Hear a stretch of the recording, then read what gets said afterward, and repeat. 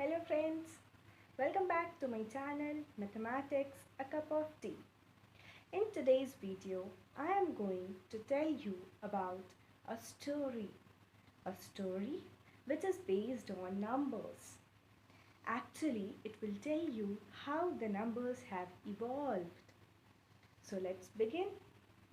Long, long ago, when there were no numbers, no alphabets, at the time of Adivasis, they had so many cattle, and in order to count their cattle, in order to make sure that all their cattle are with them, they use telemarks.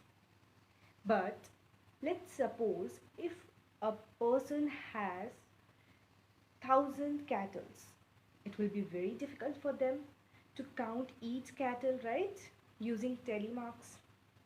So the process of using telemarks for counting was very cumbersome, very tiring. So what happened? They did a very beautiful thing for us. What is it? They discovered numbers. The numbers that we know today as 1, 2, 3, and so on. These numbers are known as counting numbers. So these counting numbers or natural numbers were discovered by them. Why it is called counting numbers is because these numbers were used by them to count the cattle or to count anything. And it has discovered naturally, like it has come naturally, that's why natural numbers. Now they had natural numbers and their life was very much settled now. After that, what happened? There came a mathematician. He was thinking, how can I represent mathematically that is nothing, right? Which is nothing, how can I represent it? So there came a zero. And this mathematician is none other than Aryabhatta. So now we have 0, 1, 2, 3 and so on. Now what is this set of number? This set of number he called it as whole numbers. Why whole numbers? Because he thought, yeah, we got all the numbers. Now I can represent anything. So he said, yeah, we are done. Then what happened? Trading came into existence. And since traders are there, they used to calculate their profits, they used to calculate their losses. And what happened? When they calculate their profit and when they calculate their losses, they always has to write this is the profit, this is the loss. And it was very tiring, like every time I have to write this.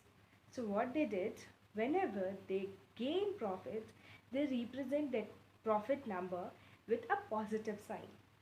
And whenever they gain loss, whenever they suffer losses, then they represent those numbers using negative sign.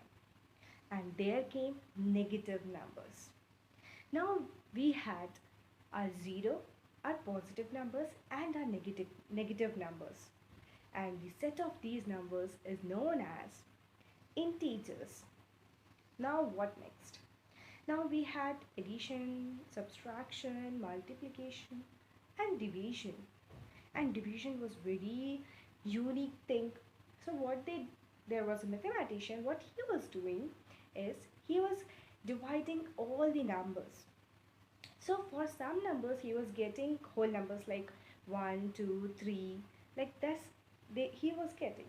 But for some numbers he was getting like 1.5, 2.5, 5.5 or something like 7.25, like this numbers he was getting. So he said, can I represent these numbers on number line? So he found it that yes, he can represent these numbers on number lines. If I keep on stretching the number line, I can represent these numbers on number line. So he called these set of numbers as rational numbers. And this was done by Pythagoras. Now we have everything. Whatever is there on the number line, we have those things. Now what next? He said, like the Pythagoras, he discovered this thing.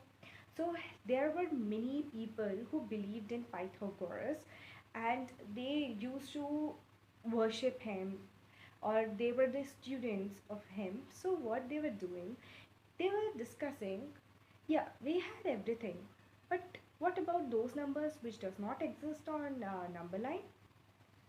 But it is a problem, right? How can, like, we should know such number.